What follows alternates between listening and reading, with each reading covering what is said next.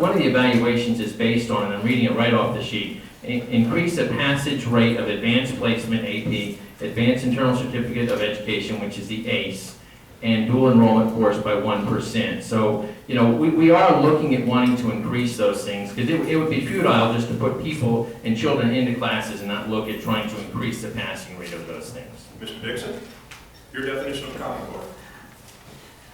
Well, my definition of Common Core is a national curriculum that was handed down to each state. Now, we can talk about the Governors Association doing this, but that's actually a misnomer. It was the lobbying group of the Governors Association that pushed for this. If it was actually the governors themselves that pushed for this, then why was the governor, who was president of the Governors Association, opt her own state out? Okay? So this was not pushed by the governors, it was by the lobbying group, and it's a national curriculum. And for those who will say, no, it's just a set of standards, I will point out that the architect of Common Core, David Coleman, is on video stating unequivocally that there is no force on earth strong enough to prevent teachers in this country from teaching to that standard, teaching to that test. That becomes a curriculum. Ms. Lucarelli? Common Core is kind of a bad word. It's a nasty word and nobody likes it. And going back to a question that we've had before, we have the Florida standard. So we were given the option to opt in to accept everything that was in Common Core, all of those standards. And Florida said, we're not going to do that. We are going to accept some of the things. We needed to accept 85%, and then we were allowed to change the rest. And that's what we did. And so we have the Florida standards, which of course has Common Core within it. And using those standards, I mean, how those standards are implemented then becomes another issue. One of the things that Lee County, the superintendent there is doing, is trying to customize the standards to blend what the needs are of Lee County citizens. And I would be in favor of Dr. Patton working with that as well. Ms. Bennett? Well, Common Core is a standardized system that was implemented to teach all children all across the board, all over the country, the same thing.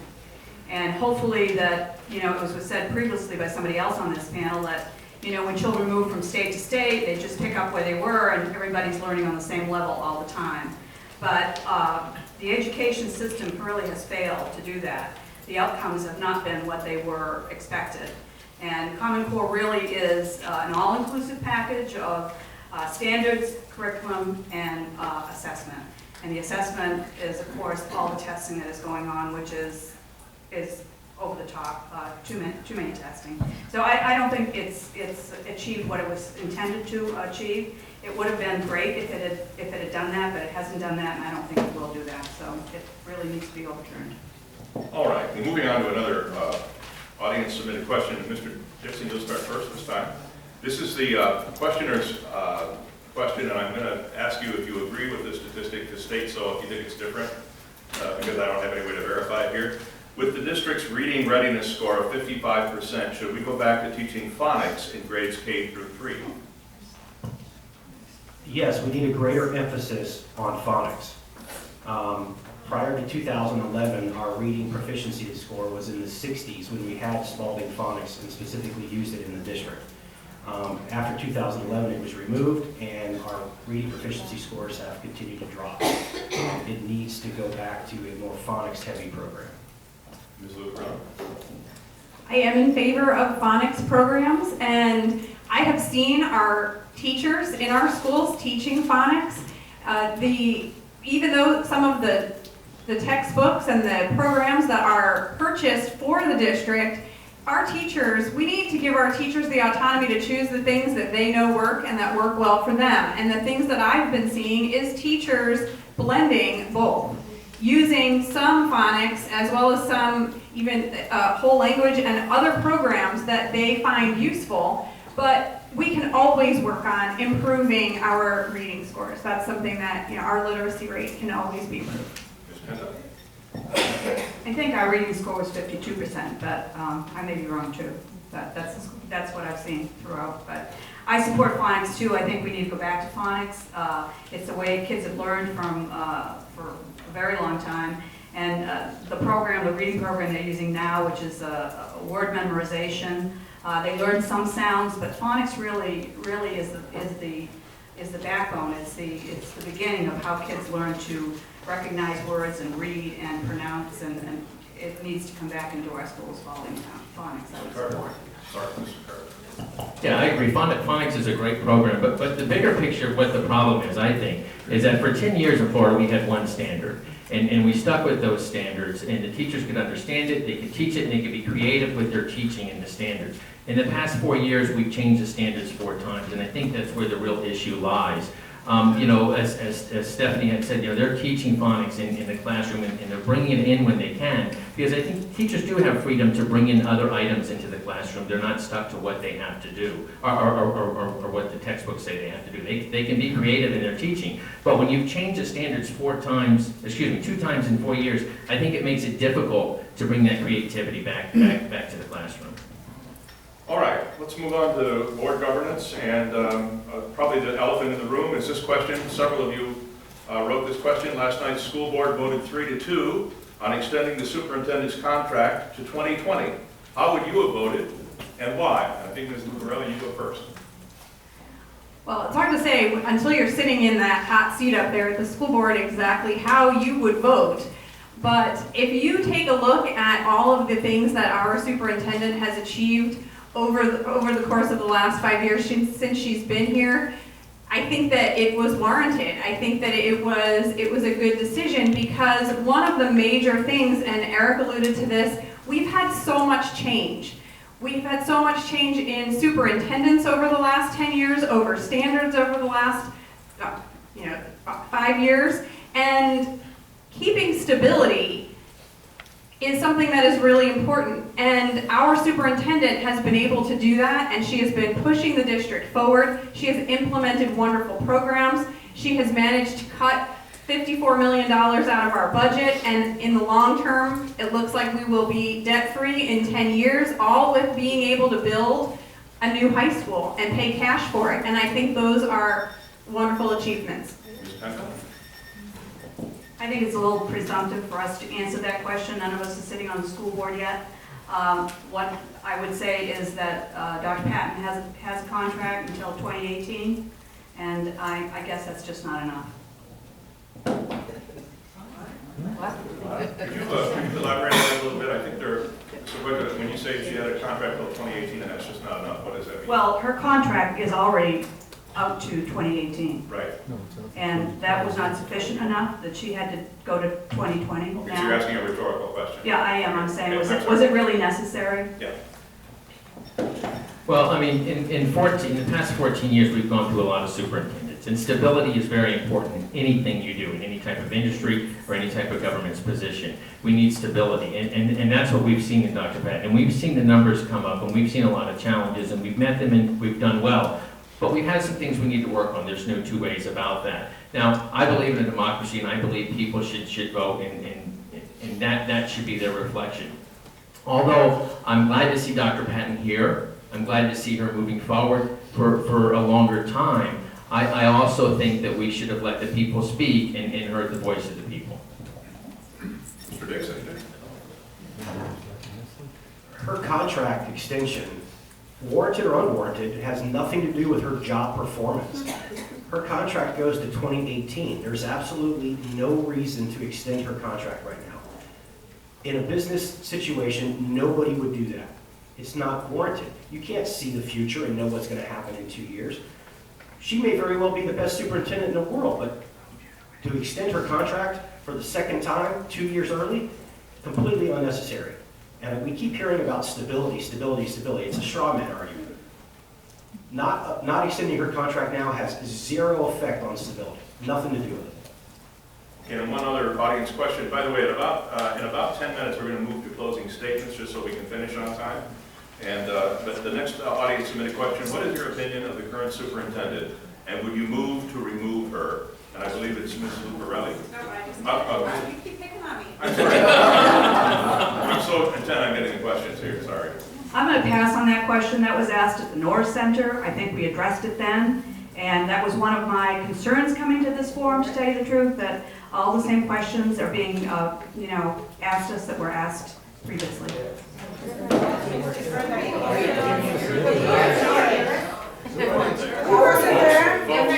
Folks, Let me say this. she has the right to answer the question. I'm not on the board yet. How can I make that decision?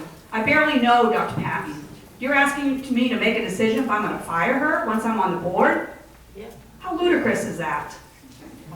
I'm not answering that. I don't know. That's her answer. And you're entitled to your answer. Absolutely. Mr. Carter. Well, yeah, as far as a business and keeping people, I just want to go back to that question. The NFL, the NBA, they do this all the time. When they see somebody that's good at their job, they extend their contract. My Miami Dolphins just did it with Ryan Tannehill. So they extend the contracts, and I think that's part of it too. But the also different thing is that this is about an election and about government. So I think we have to consider that as well. So, and what was the question about extending? The question was, what is your opinion of the current superintendent, and would you move to remove her? Well, I don't think that would be fruitful to remove her. I mean, in the past 14 years, we've had 6 or 7 different superintendents. We need stability. I think she's done a great job. I don't think she's a saint by any means. We've had issues when we were in 3rd grade. My son went through 5 teachers. And that's an issue because 3rd grade's a pivotal point for testing. You either pass or you fail and you can be held back. We had a little bit of an issue also moving into 8th grade. But there's a lot of challenges, and some of those challenges, we just don't have enough teachers. That's what it boils down to. And that's everywhere. Mr. Dixon. That's funny, my opponent doesn't know sports very well because there is not an NFL or NBA or Major League Baseball team that would 2 years preemptively extend somebody's contract for no reason. They do it when it's financially beneficial to them. When it allows them to get underneath salary cap or is beneficial to them. That's not going to happen. It doesn't happen in the sports world. It's a ludicrous example. Now, the question itself is ludicrous because we can't answer that question. I've never worked with Dr. Patton. I haven't been able to get her to return an email, so I can't say what I would do. So, I don't know. Fair enough. It was mentioned by one of the candidates that our administration and schools are... Oh, I'm sorry. Now you're scaring us.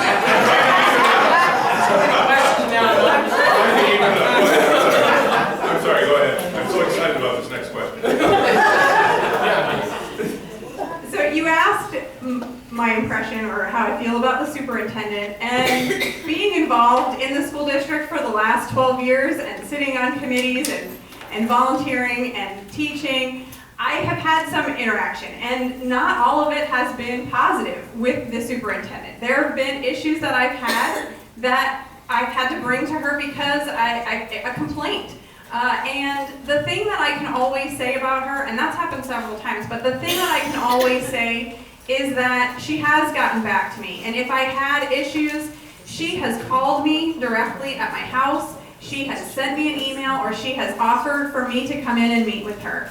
And I have not always been happy with the outcome of the decisions, but I have at least been respected, and so I feel I respect her enough for doing what she has done for me and for other parents, that hopefully that would be a good working relationship as well. Very good.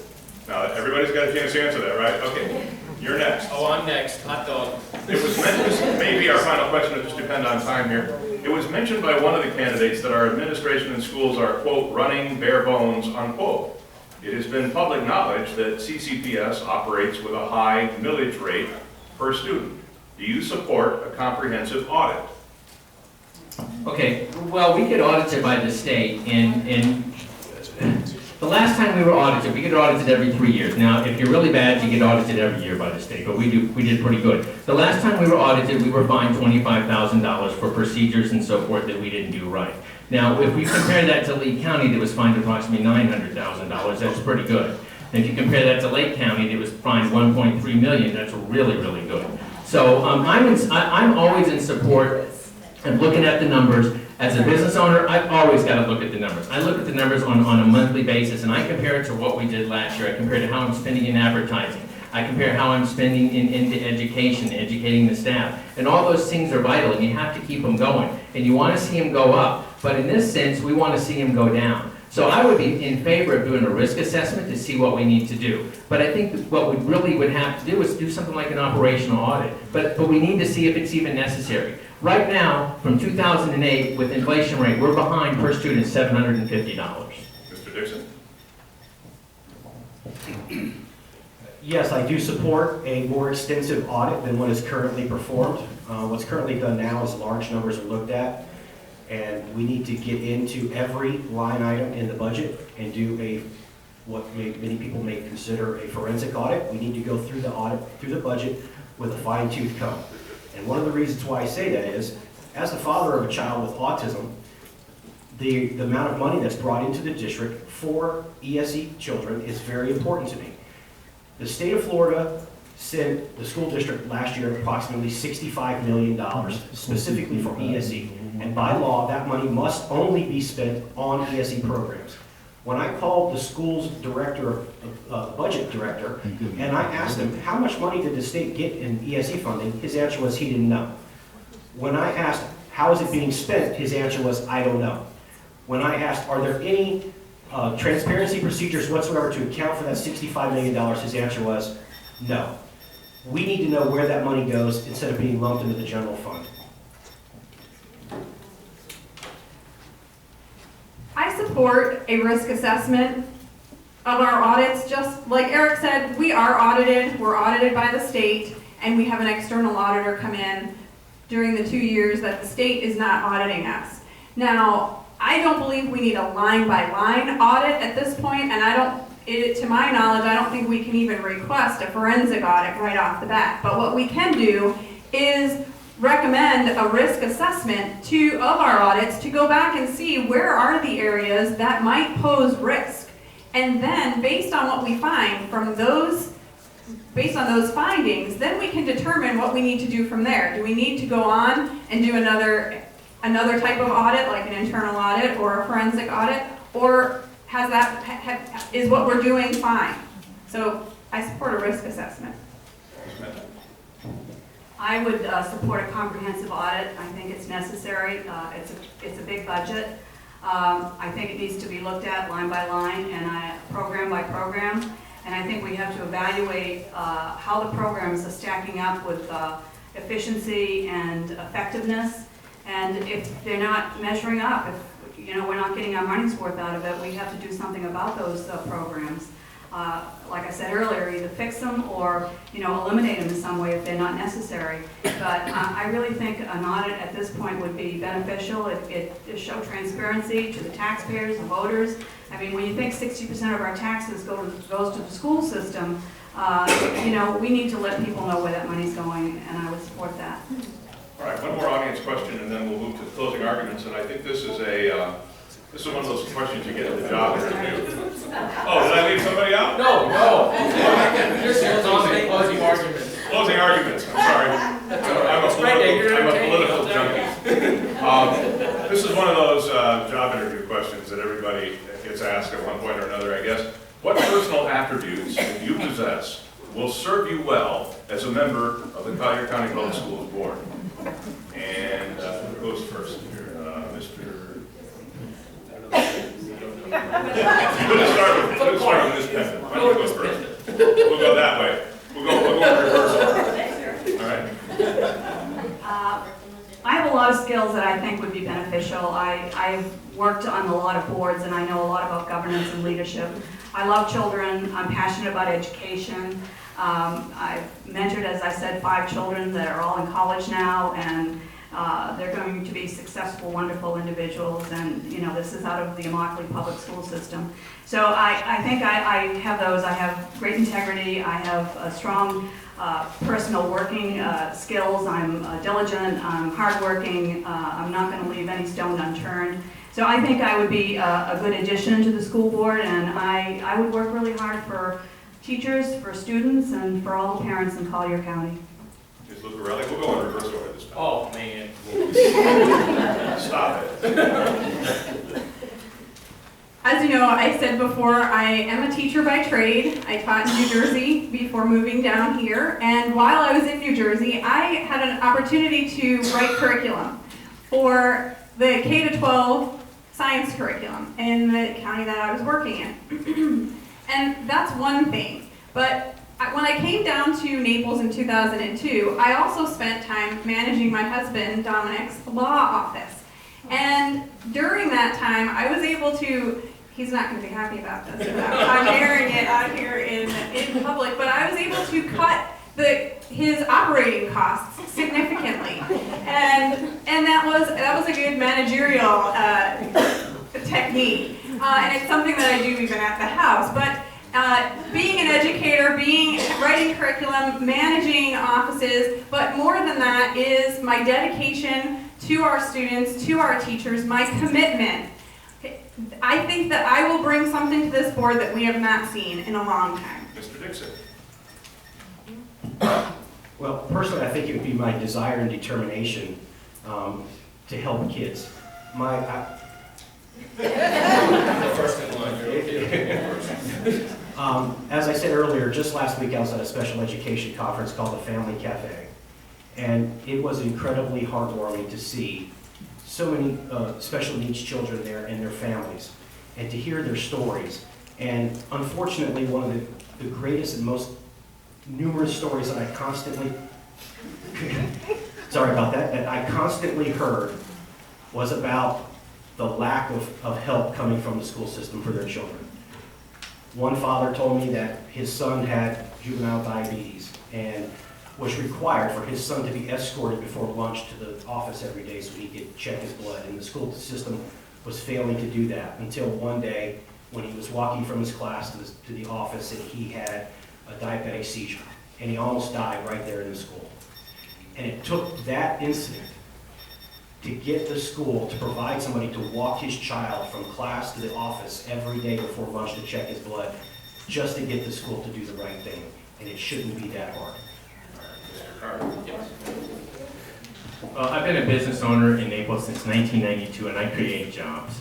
And I'm a graduate from Lorenzo Walker Technical College, which I think is vital because 38% of our citizens, 64 years and under, have less than a 2-year degree.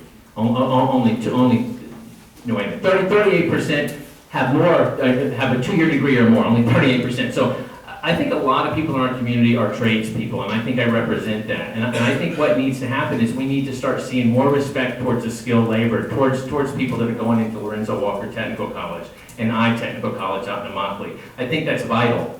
And I think just being here and just running in this race alone will show students that you can achieve greatness. You can achieve and accomplish things that you think you can't accomplish, and you don't need a 4-year degree to do it. And you can be successful. You can have a successful business. You can employ people. And I think those people are the backbone of Collier County. And hopefully, if I get on the board, I will be a good example to those people. All right, it's time for closing statements. Stand corrected on that. And we had agreed before that we would start in reverse alphabetical order, so Ms. Penta, you'll go first.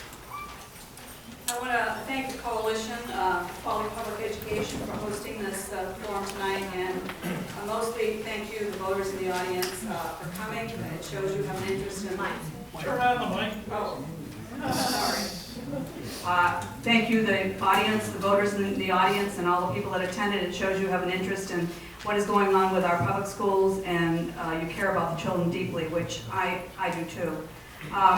When making a decision on August 30th, I encourage you to weigh your decision on what is most important, and that is our kids. Not the school board, not the administration, not the unions, not the special interest groups, but our children. They're our future. My character and accomplishments and integrity and experience of serving 8+ years on an education-focused board is where I have acquired governance, interpersonal, negotiating leadership, and planning skills. Having raised over $2.7 million for education programs in Immokalee, which provide much-needed scholarships to the underprivileged youth, 5 of which I mentored from 7th to 12th grade. They honored me by nominating me Mentor of the Year for the state of Florida, which I received in 2015. Also, the Community Foundation has honored me as Woman of Initiative 2016 for my civic involvement.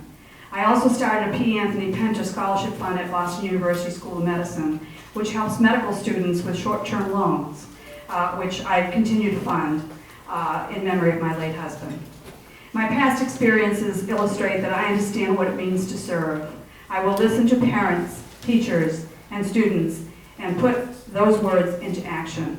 I can get the job done. On August 30th, I ask you to vote for experience, a proven track record, and no excuse leadership. I ask for your trust, your support, and your vote. Thank you.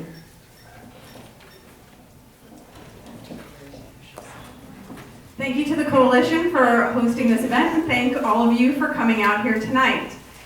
I am invested in this community and the success of our schools. I'm an educator.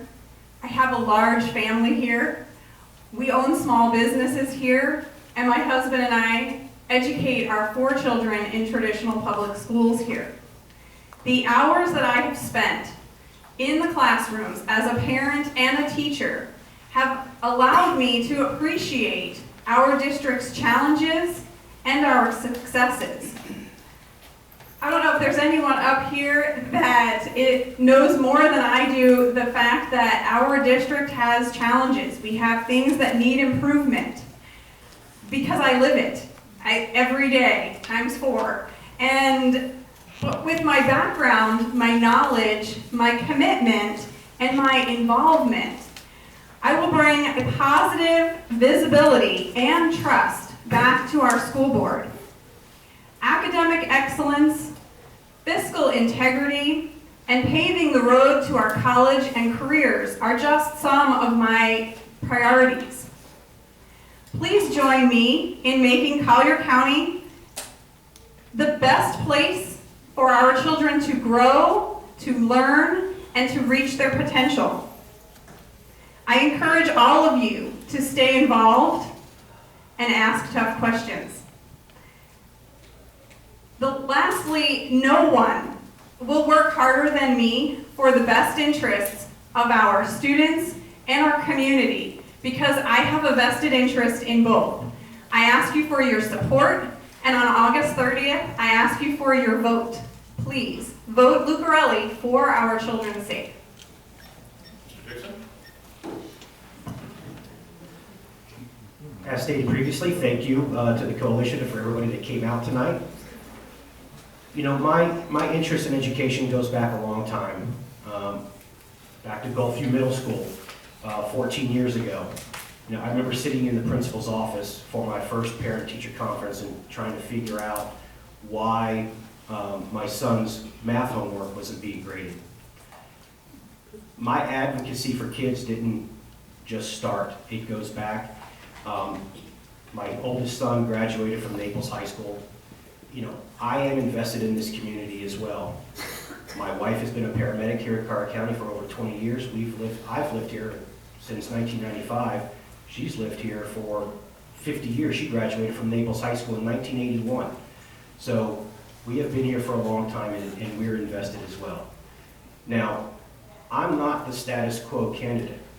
I don't believe that we are doing nearly enough for our kids in Collier County. Yes, we are an A-rated district, but we grade on a significant curve. Every time we get test results back, the single thing we hear every single time is how we did compare to the state average. We're better than that here in Collier County. We shouldn't settle for state average or just better than state average. We spend the 3rd most in the state. We're the 16th largest district, but yet we're talking about where we rank 31, 32, 33 out of 67 districts because we're just better than the state average. I don't believe that's good enough for us here in Collier County, not with our financial resources and not with everything that we have and can provide. We must be better than that. Our kids deserve it, and all of us as taxpayers deserve better. So on August 30th, I ask you to vote for me, Lee Dixon, as the not.